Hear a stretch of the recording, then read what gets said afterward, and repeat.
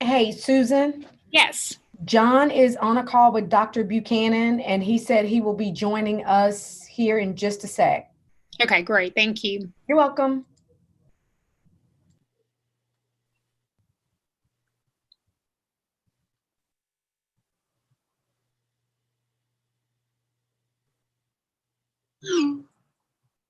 Okay, he said he just finished the call. So why don't we go ahead and get started? And by the time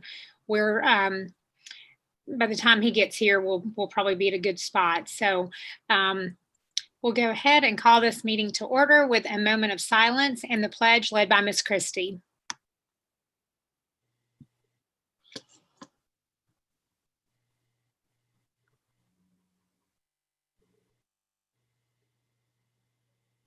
Salute.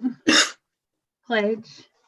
I pledge allegiance to the flag of the United States of America and to the republic for which it stands, one nation, under God, indivisible, with liberty and and justice for all.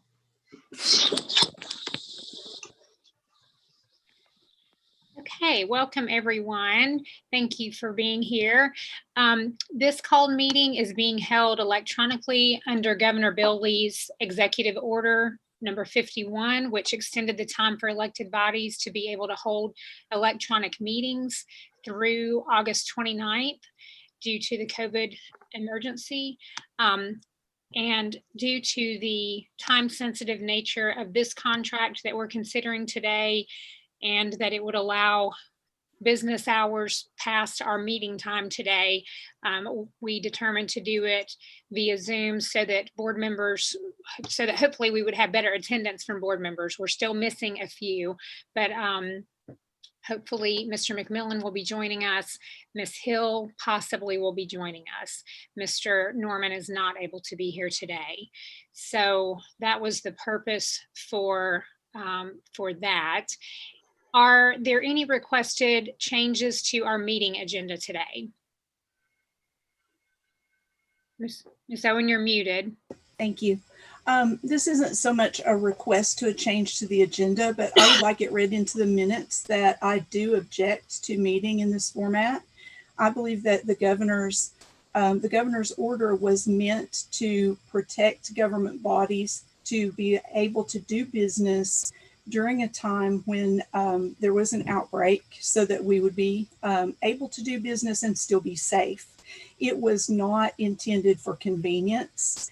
And I think using it for convenience is a serious misuse of that executive order. So as long as I have that in the minutes, thank you. Okay, thank you, Ms. Coatney, if you'll note that. Okay, do we have any changes to the agenda? Okay, do we have a motion to approve? So moved. Second. Okay, we have a motion by Ms. Babb, a second by Ms. Satterfield. Any discussion? Okay, motion carries. And Ms. Coatney, I will refer to you now. Approve contract and license agreement with Florida Virtual School for the purchase of educational software and services for a term ending August 9th, 2021 at an estimated cost of $300,000 for the 2020 fall semester, not to exceed $1 million for the 2020-2021 school year. Okay, thank you, Ms. Coatney. Okay, Mr. Dupler, can you just give us a summary of the purpose for our meeting today and the need to reconsider this contract, please? Yes, thank you, Madam Chair. So our office felt that this contract needed to come back before the board, not because it has a bunch of problems, but mainly for the purpose of transparency, because there are enough changes in the contract due to the fact that Florida Virtual wanted their standard terms and conditions to be attached to the contract itself. And so what happened was, this is a contract that has been on a compressed timeline, and what was presented to the board last week was a copy of a contract as was explained at that time, which was based on a form from Metro Nashville, because we felt like that would be something that Florida Virtual would be able to accept in its entirety. Well, after the board meeting last week, Florida Virtual contacted administration and also myself, Shannon Jackson, and indicated to us that they wanted some changes. Now, if those changes had just been rewording a little bit here and there, or just a very minor changes, then there wouldn't have been a need to come back. But mainly because, and a lot of it was, to be honest, a lot of it was some rewording. They wanted some rewording around the trademark and licensure area, which again, Knox County Schools doesn't have any objection to that. I mean, they want to protect their trademark. We understand that, their copyrights. So, but because they wanted to add those standard terms and conditions, our office felt like there was no choice but for the board to take one more look at it and basically reapprove the contract. And the good news is that the main contract still controls. So any terms, and there are some in these standard terms and conditions, any terms in these terms and conditions that contradict what's in the main contract are null and void. But again, there are enough extra things in there. There's more detail on how they treat some of the protected information. There's more detail about their warranty. There's more detail about how they attach some of the credits. And if you all have any questions about that, I think Mr. Thomas or Dr. Reiswick would be better to answer those types of questions. But again, there's nothing in this finalized, and this contract is finalized at this point. There's nothing in this finalized contract that is objectionable legally from our office. But it's down to, with these a few extra terms, is the board good with it policy-wise? Okay, thank you, Mr. Dupler. Okay, questions or comments? I have some questions, but I think most of them are going to be for Dr. Reiswick. Okay, he's on the call now. So Dr. Reiswick, are you there? Yes, ma'am. Shall I go ahead? Sure, Okay. go ahead. Dr. Reiswick, the contract talks about subcontractors. Has KCS looked at any kind of list of potential subcontractors and vetted them in any way? I'm not aware of those. No, I mean, that's not been part of the conversation. So we have a list of courses that are on the quote that will be taught by Florida Virtual teachers, and their commitment to us is to try to have people who are certified in Tennessee. And then for those who aren't, they've already reached out to the State Department to get their certification in Tennessee so that we can have that done. And I'll just say this, I mean, that number, and Mr. Thomas may have said this before I came on, but is actually smaller even now than we'd started with. So where we landed was 170 students, or less than 1% of the high school courses. So we've got that narrowed down to the courses there that are on the quote, which is roughly, I have to count them, but just looking at roughly probably 15 courses. And we only have a few students in each one of those. So majority is still covered by Knox County Schools as teachers, as we wanted that to happen. Okay. I assume that it will not be just our students in those classes. I would assume they have Florida students as well, or maybe other states. Do we know what the actual student teacher ratio is for those classes? So there, we don't, not maybe for these exactly, but I think your assumption is correct. With the small numbers that we're giving them, I don't think that they would be able to create classes just for, I mean, we have some classes where we're sending 3 students to them. So they would not just be Knox County students. I think their ratios that they advertise for their teachers could be 1 to 150 as they spread that out. Is that 150 per class or per teacher overall? I'd have to check to make sure. They were saying 1 to 150. So I would think that would be a teacher's load that they would be carrying, and not an individual classes. Again, one thing that that they have done well, and that we have seen that they do in other districts is they have the reach out where the teacher calls and contacts and or emails students prior to the course starting. And Ms. Hahn, our Quest principal, is looking at that right now and verifying with them that that's happened prior to Monday. And then they also do that and reach out to students prior to assessments that are given. So I think the personal touch that they provide to students and that they require their teachers to do is another one of the things that people that we've talked to have been happy with their work. The 150 students to one teacher is especially concerning to me when I look at our list of courses.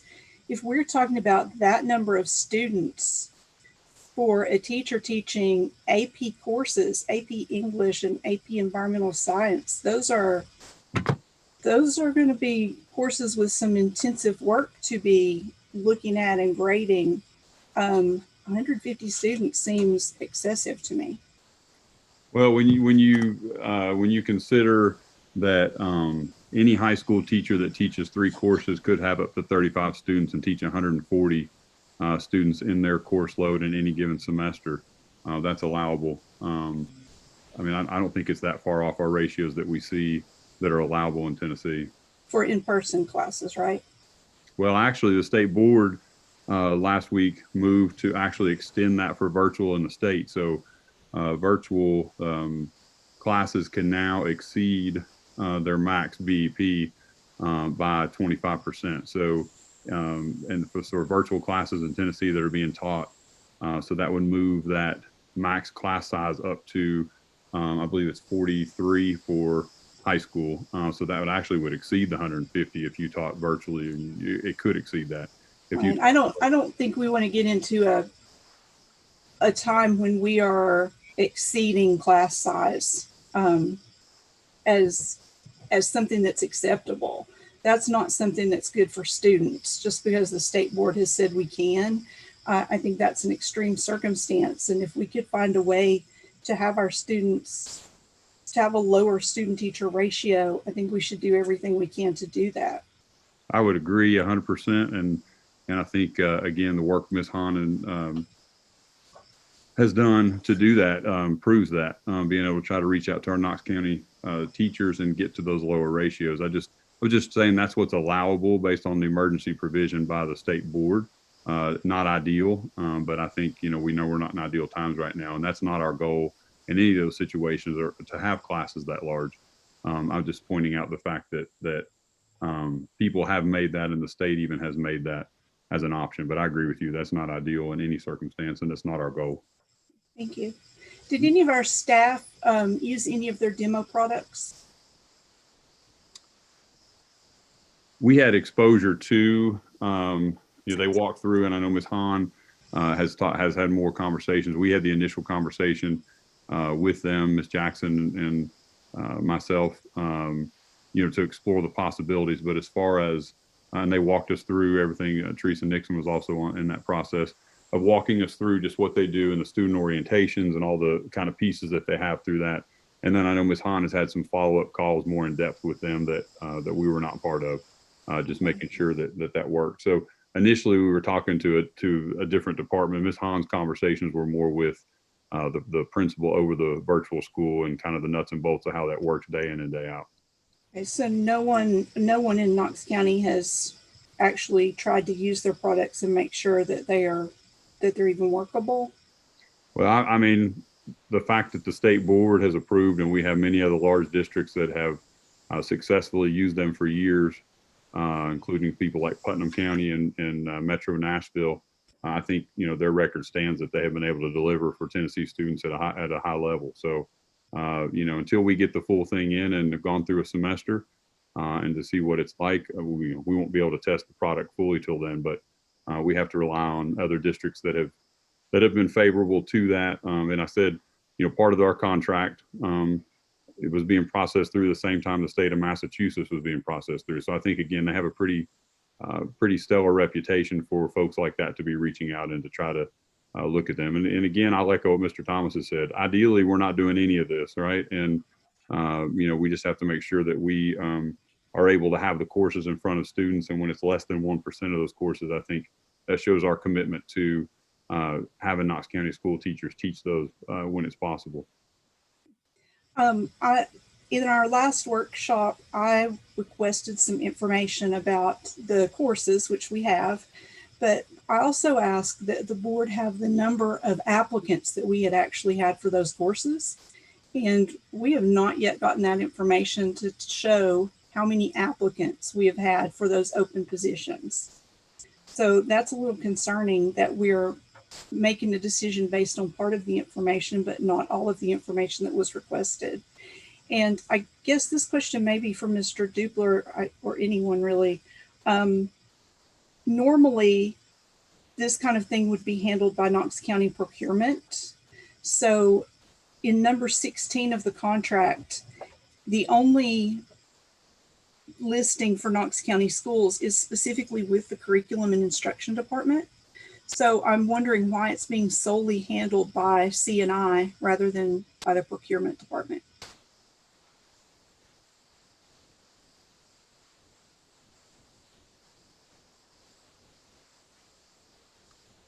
Madam Chair, would you like for me to address that, or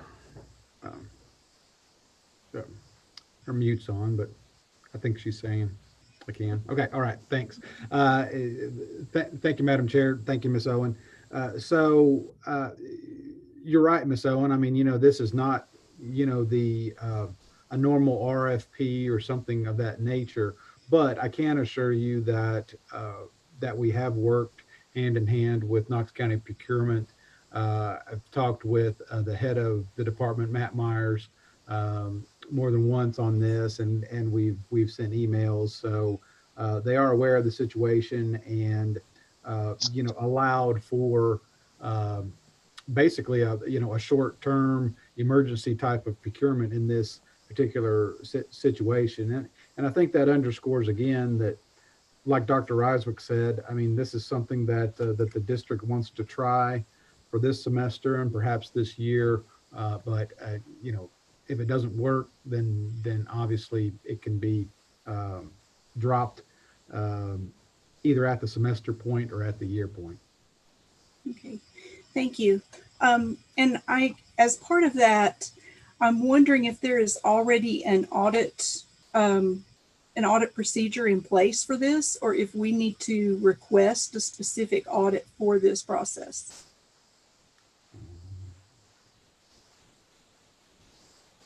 Does anyone know that? Mr. Dupler, do you have any information on that?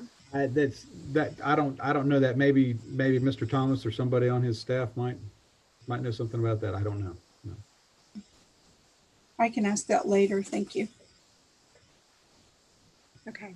Did you have any more questions, Ms. Owen? No. Okay. Okay. Other questions or comments? I just would like for Superintendent Thomas or whoever just to reiterate how many students and what percentage of students that will actually go into this program again. Yes, Madam Chair, Ms. Satterfield. Again, we started out, as you know, back in early August with a pretty huge number of vacancies. Over the last couple of weeks, we've been able to whittle those down pretty good. From the standpoint of total vacancies for elementary, we have 13. 5 of those would be traditional and 8 Quest, and we're continuing to work on those. At the middle school, a total of 8 vacancies, 4 of those traditional, 4 of those Quest.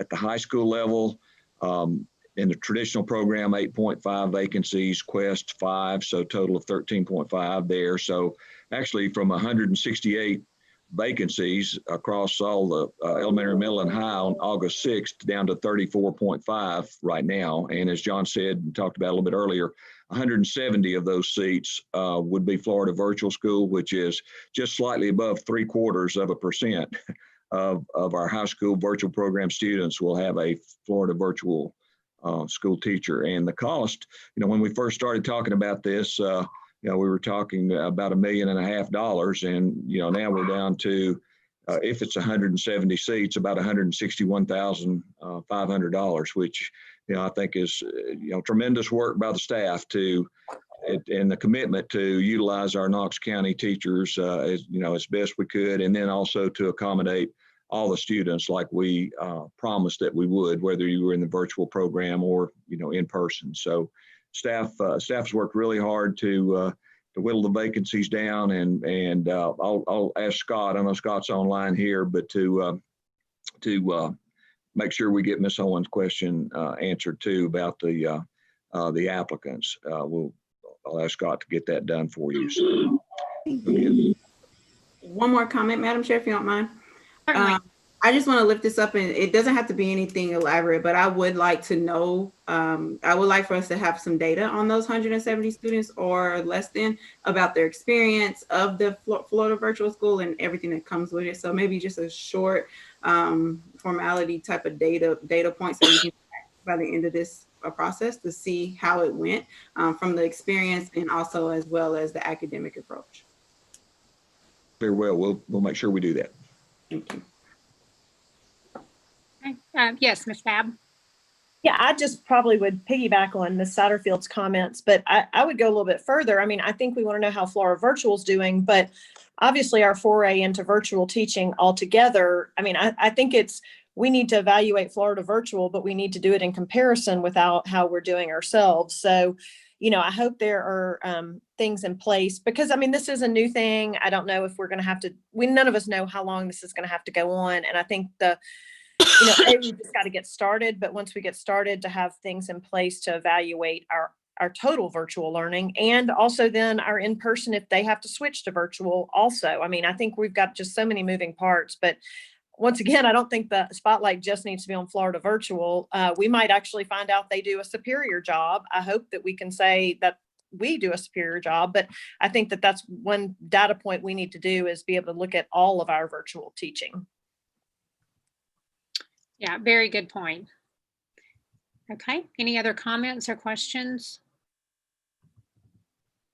Okay, so to remind everyone, Mr. Dupler, please correct me if I'm wrong, but if my memory serves, we need to do a roll call vote and we need to, do we need to raise our hand or as long as we say it, that's enough?